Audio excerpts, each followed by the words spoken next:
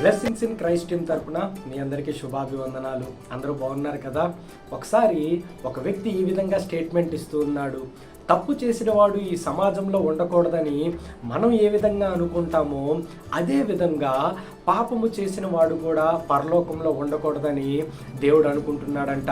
మనం అనేక రకాలుగా ఈ లోకంలో పాపములతోనూ అనేకమైన వ్యసనములతోనూ పీడించబడి మనం పరలోకానికి చేరకుండా మన యొక్క జీవితాల్ని నాశనం చేసుకుంటున్నాం. ఈ లోకంలో మనం ఏ విధంగానైతే తప్పు చేసిన వాడు ఉండకూడదని అనుకుంటామో అలాగే దేవుడు కూడా పాపము చేసిన మన గురించి ఆయన పరలోకంలో ఉండకూడదని అనుకుంటూ ఉంటున్నాడు.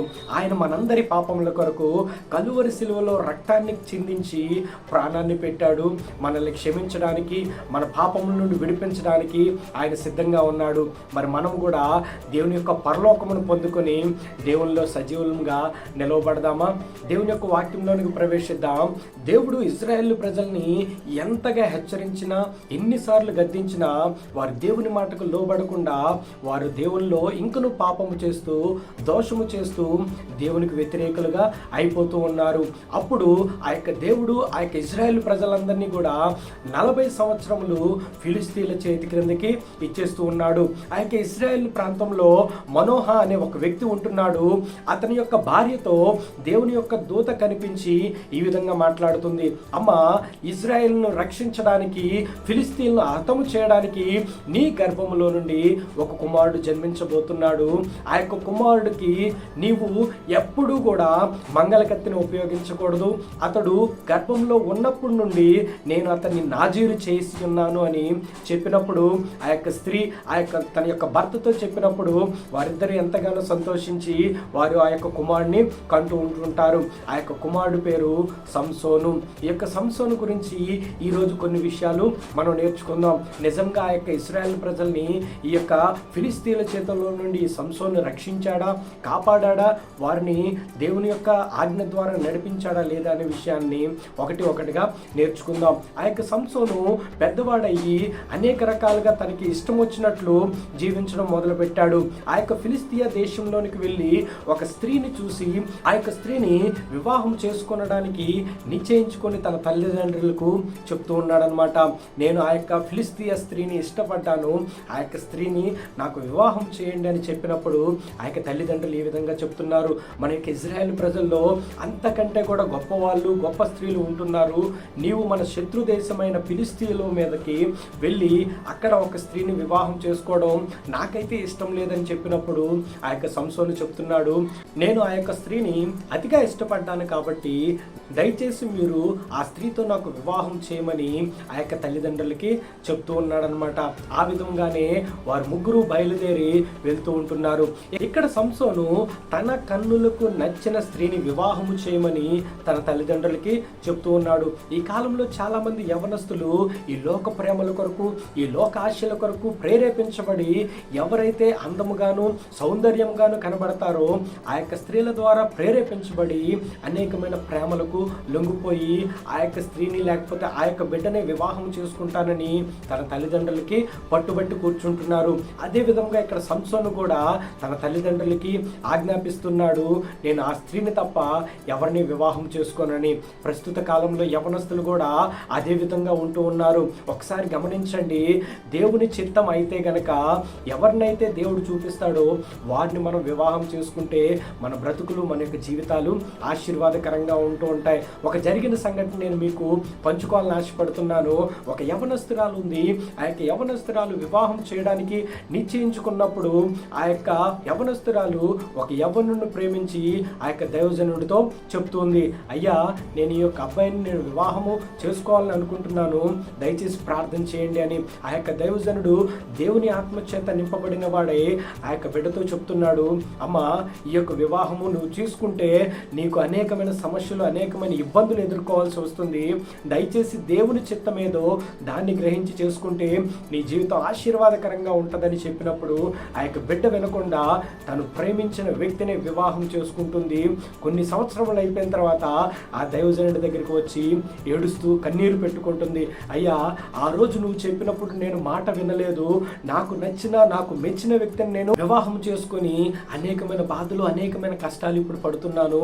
ఆయన తాగుబ్రోత అయిపోయి అనేక రకాలుగా నన్ను కొడుతూ ఇబ్బందులు పెడుతూ పిల్లలను కూడా చూడకుండా అనేక రకాలుగా మమ్మల్ని హింసిస్తున్నాడు అని ఎంతగా ప్రాధేయపడుతూ ఉందన్నమాట. ఈ సంఘటన నేను ఎందుకు చెప్తున్నానంటే, మన పట్ల దేవుని చిత్తం ఏదుందో దాన్ని మనం గ్రహించి ఆ ప్రకారంగా చేస్తేనే అది మంచిగా ఉంటుంది, ఆశీర్వాదకరంగా ఉంటుంది. ఒకవేళ మన సొంత ఆలోచనలతో సొంత తలంపులతో చేస్తే గనక అది ఎప్పటికీ కూడా సఫలితం కాదు. ఈ విధంగా ఈ యొక్క సంసోను అతని యొక్క తల్లిదండ్రులు ఆ యొక్క ఫిలిష్తియా దేశానికి వెళుతూ ఉన్నప్పుడు ఆ యొక్క మార్గ మధ్యంలో ఒక సింహము ఈ యొక్క సంసోనికి ఎదురుపడుతుంది. ఆ సమయంలో ఈ యొక్క సంసోను ఏం చేస్తాడంటే, తన చేతిలో ఏమీ లేకపోయినప్పటికీ కూడా మేక పిల్లను చీల్చినట్లు ఆ యొక్క సింహమును చీల్చుతున్నాడనమాట. దేవుడు అంత శక్తిని అంత బలమును ఈ యొక్క సంసోనికి ఇస్తూ ఉన్నాడు. దేవుని చేత నాజీరు చేయబడిన యొక్క సంసోను దేవుల్లో ఉన్నాడు కాబట్టి దేవుడు అతనికి అంత బలమును అంత శక్తిని ఇస్తూ ఉన్నాడు. కానీ తన సొంత నిర్ణయంతో తను నచ్చిన స్త్రీని వివాహం చేసుకోవడానికి వెళ్తూ ఉన్నాడు. ఆ విధంగా ఆ యొక్క స్త్రీని వివాహం చేసుకుంటున్నాడు అనమాట. అతని యొక్క పతనము ఇక్కడ మనం చూసినట్లయితే ఇక్కడితోనే మొదలవుతుంది. తన తల్లిదండ్రుల మాటకి విధేయత చూపించలేదు.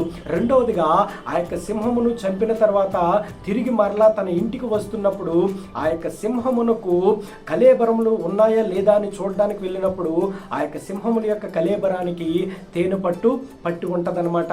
ఆ యొక్క తేనె పట్టును పట్టిన దాన్ని తీసుకొని తను తింటాడు, అదేవిధంగా తన తల్లిదండ్రులకు కూడా ఇస్తూ ఉంటున్నాడు. ఇక్కడ ఒక విషయం గమనించాలి. ఎవరైతే నాజీరు చేయబడ్డాడో ఆ యొక్క వ్యక్తి చచ్చిన శవమును ముట్టరాదు అని దేవుని యొక్క వాక్యము సెలవిస్తుంది. కానీ ఇక్కడ ఈ యొక్క నాజీరు చేయబడిన సంసోను ఆ యొక్క చచ్చిన శవము యొక్క కళేబరములకు పట్టిన ఆ యొక్క తేనెను తీసుకొని ఇంటికి తీసుకొస్తున్నాడు. ఇక్కడ మనం రెండు అంశాలు మనం అర్థం చేసుకోవాలి. మొదటిగా తన తల్లిదండ్రుల మాటకు విధేయత చూపించకుండా తనకిష్టమైన వ్యక్తిని వివాహం చేసుకోవడానికి బయలుదేరాడు. రెండవదిగా నాజీరు చేయబడిన వ్యక్తి చచ్చిన శవమును ముట్టకూడదు అని చెప్పినప్పుడు ఈ యొక్క సంసోను ఆ యొక్క చచ్చిన సింహం యొక్క కళేబరములని ముట్టుకుంటూ దేవుని యొక్క ఆజ్ఞకు దేవుని యొక్క విధేయతకు లోబడకుండా తనకు నచ్చిన విధంగా చేస్తూ ఉంటున్నాడు. ఆ విధంగా ఈ యొక్క సంసోను యొక్క పతనము మొదలవుతూ ఉందన్నమాట. ఆ యొక్క ప్రాంతంలోనికి వెళ్ళినప్పుడు అక్కడ ఉన్న ఫిలిష్తీయుల ప్రజలకి ఒక పొడుపు కథను వేస్తున్నాడు.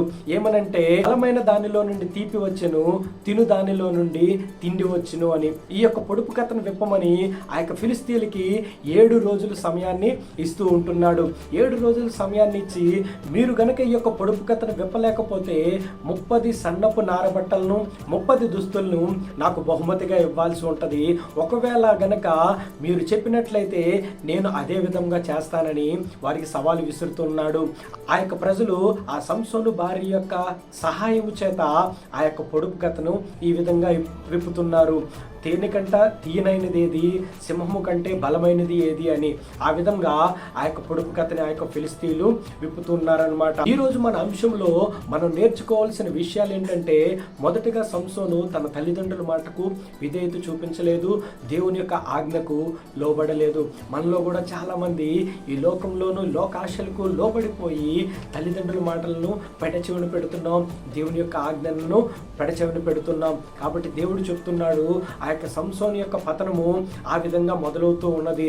తరువాత ఈ యొక్క సంసోను ఆ యొక్క ఫిలిష్తీయుల దేశంలో ఉన్న ప్రజల్ని సంహరించాడా లేదా, తిరిగి మరలా ఆ ఫిలిష్తీయ దేశం నుండి ఇజ్రాయెల్ని విడిపించాడా, లేక తన యొక్క పరిస్థితులు ఏ విధంగా ఉంటున్నాయనే విషయాల్ని వచ్చే భాగంలో నేర్చుకుందాం. చిన్న ప్రార్థన చేసుకుందాం. మమ్మల్ని మిక్కిలిగా ప్రేమించిన మా దేవా, నీకు వందనాలు. నీ హస్తము, నీ ఆత్మ అభిషేకము మా మీద ఉంచండి ప్రభువా. ఈరోజు మేము సంసోను గురించి ధ్యానం చేస్తుంటుండగా నీ ఆత్మ ప్రత్యక్షత మా మధ్యలో ఉంచమని ప్రార్థిస్తున్నాం. ఆ యొక్క సంసోన్ని నీవు నాజీరు చేసుకున్నావు, నీవు ప్రత్యేకపరిచావు, నీ ఆత్మనిచ్చావు, నీకు వందనాలు ప్రభువా. ఆ యొక్క సంసోన్ అయితే తన తల్లిదండ్రుల మాటకు లోబడటం లేదు, దేవుని యొక్క ఆజ్ఞకు లోబడటం లేదు. అట్టి రీతిగా మేము కూడా జీవిస్తున్నామేమో తండ్రి. నీవేమైతే మాకు సెలవిస్తావు ఉన్నావో ఆ ప్రకారంగా మేము చేయడానికి నీ శక్తి, నీ బలము, నీ ఆత్మ మా మీద క్రమరించమని కోరుచున్నాం. మరి యొక్క భాగంలో ప్రభువా మేము మరిన్ని అంశములు నేర్చుకోవడానికి నీవు సహాయం చేయండి. పని చేయబడుతున్న ప్రతి విధమైన సాతాను శక్తులను బంధించమని నీకే మహిమ, ఘనత, ప్రభావములు చెల్లించుకుంటూ యేసయ్య పరిశుద్ధ నామములో అడిగి గోజాడి వేడుకొంచున్నాం తండ్రి. ఆమేన్.